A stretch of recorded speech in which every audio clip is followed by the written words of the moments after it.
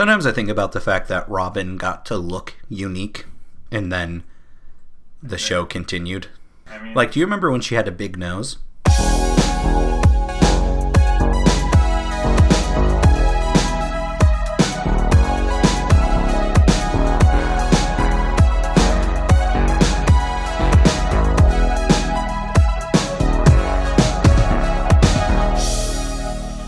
I mean, yeah, she still, like, sometimes has a big nose. I think she looks a lot better in the manga on a consistent basis than she does in the anime. The anime has really changed her a lot. Oh, that? Yeah, that's kind of terrifying. Yeah, that. That's literally, they're just the same face. Yeah, no, if you told me that someone went into Photoshop and just, like, selected the facial features of Luffy and copy-pasted it, I'd agree with you. That's so bad. Yeah. Yeah, it is. Well, this one actually looks better. I think this was an earlier... I think that also might be because it's pulled out more. Like, there's more going on. But, I mean, like, honestly, I like Oda's earlier style much more than I do his current style. I mean, that also makes sense, right? Because he was doing things in a way that he wanted it done rather than to push content. Yeah. Yeah, I mean, like, his style is just so rough around the edges nowadays, but, like, early on, it was, like, super, just, like, really clean, and it like, I feel like it had more personality. I definitely think, yeah, you can tell that the modern stuff has lost a lot of it. I really just, I don't know, One Piece, I just can't wait for it to finish in a lot of ways. I feel like sooner or later you're going to have to start calling One Piece your guilty pleasure. I mean, I don't think I'll ever get to that point, but maybe someday. If it's still going on in like 10 years, which, I mean, honestly, I won't be surprised if it is going on in 10 years. Compare this to like this time last year where you're like, yeah, I think we're going to start the final arc soon. Well, I mean, we like, have an end in sight. Yeah, I know. Yeah. Well, I literally just saw a tweet. That was saying that we're a couple months out from 4 years from when Oda said the series was going to end in 5 years. Oh, Lord. And we're not even close, bro. Unless he just, like, kicks the pacing through the roof, we're not going to be done for a good, like, 7 years. Because he has so much shit to cover. And if the final war of Wano took him, like, 2 years, the final war of the series is going to take him, like, 4 years. I want nothing more than for him to just rush it anyway and leave so many questions unanswered. Yeah. Yeah. I mean... And I want him to make that stupid whale relevant. I mean, the whale will be relevant when they've, like, finished their journey, because they'll, like, make their way back around.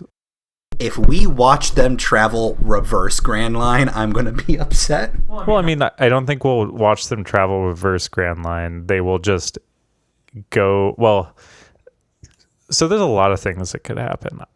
I don't know if they're going to travel through the Grand Line again, but they're definitely going to, like, go around. I feel like in the, like, the denouement, I guess you could say, of the series, when, like, things are wrapping up, I think we will, like, see the crew go back to where they've been throughout the whole story, maybe, like, one chapter at a time, and, like, wrap up all of the, like, loose ends. Like I feel like that's how the series is going to end, like, once everything is finished, once Luffy is the king of the pirates. Do you think they'll do a thing where they, like, watch, where you watch him basically dropping people off, right? Like take Usopp back, have Sanji settle down either back home or in a kitchen.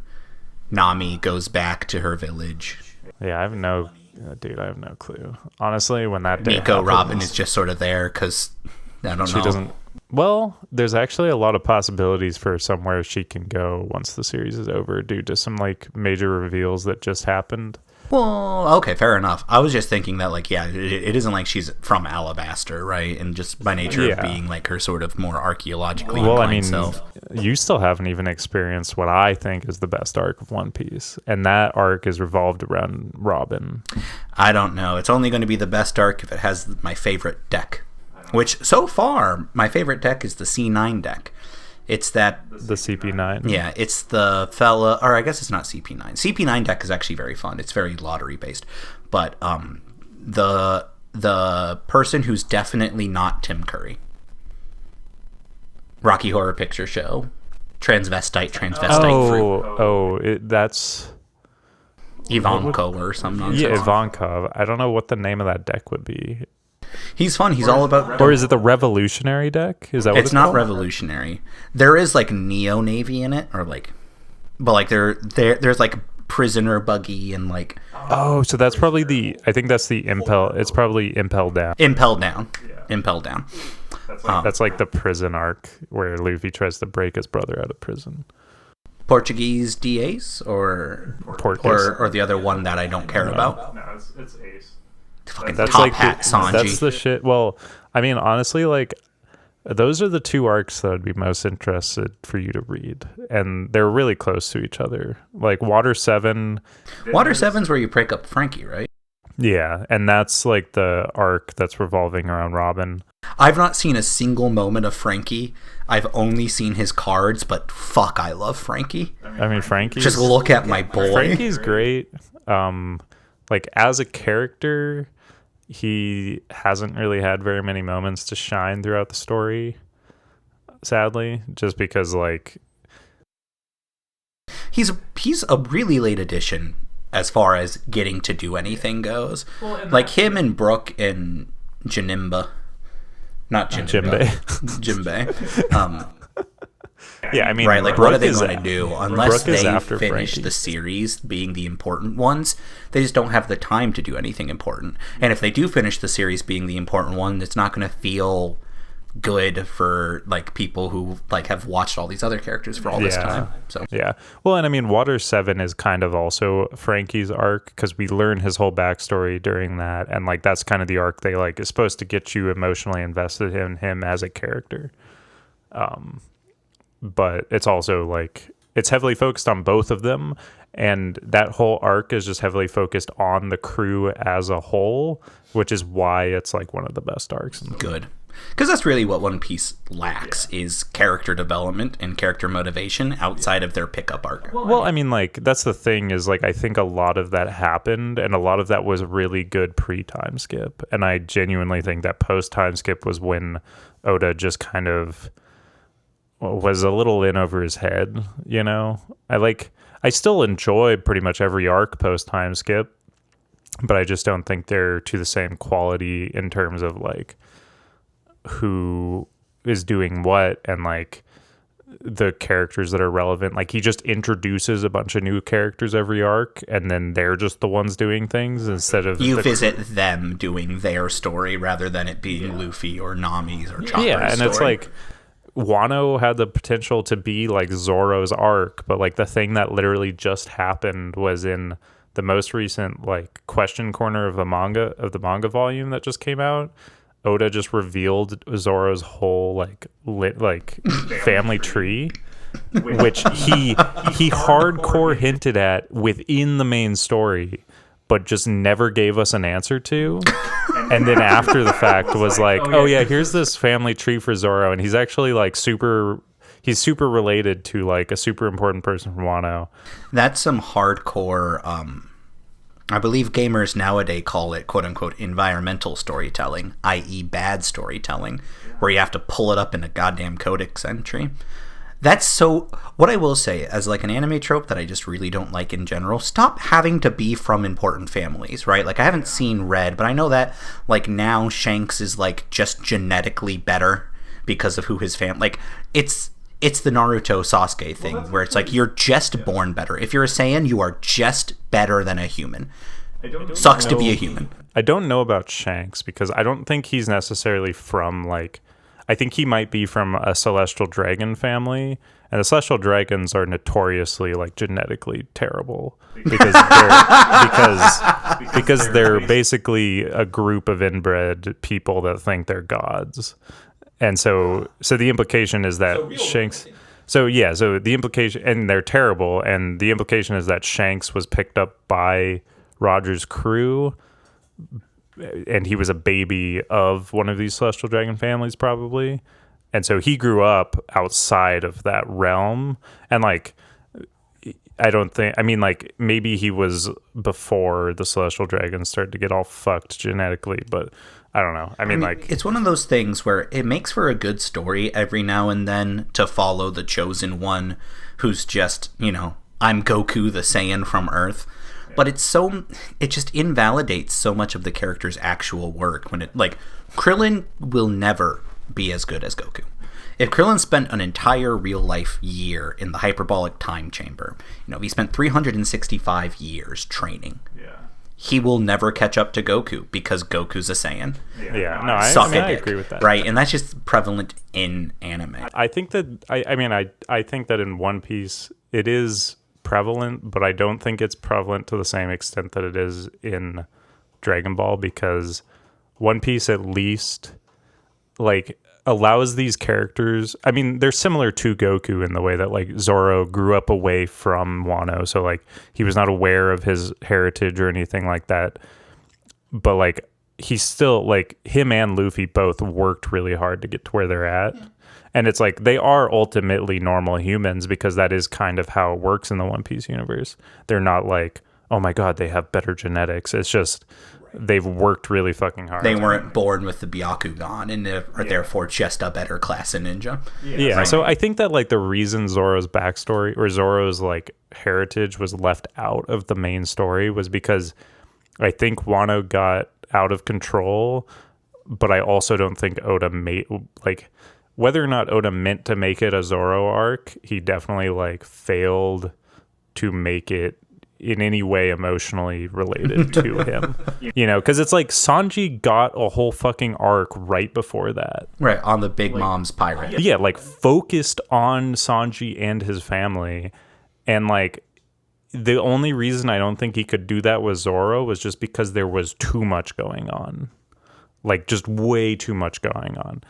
I don't. This literally just turned into the beginning of a fucking episode. So two things. One, there's a person, and one of my favorite things to do is tell her that One Piece isn't very good, because it's her favorite. It's One Piece, and then a knuckle below it is Gundam, and I actually am a big fucking Gundam stan, so I can't shit on Gundam, but just shitting on One Piece is very fun because she doesn't get out overtly angry, but you can tell that she's steaming, and it's I'm an asshole. But so actually what I was going to say to your note about this basically being the start of an episode of a podcast, what would be really funny is if after, so how we talked about in the grand scheme of things having us record the anime episodes every 2 weeks? Yeah. Just take 2 weeks to watch an episode, and that gives us time to that gives us time to edit and just not be pressured once we work through the backlog.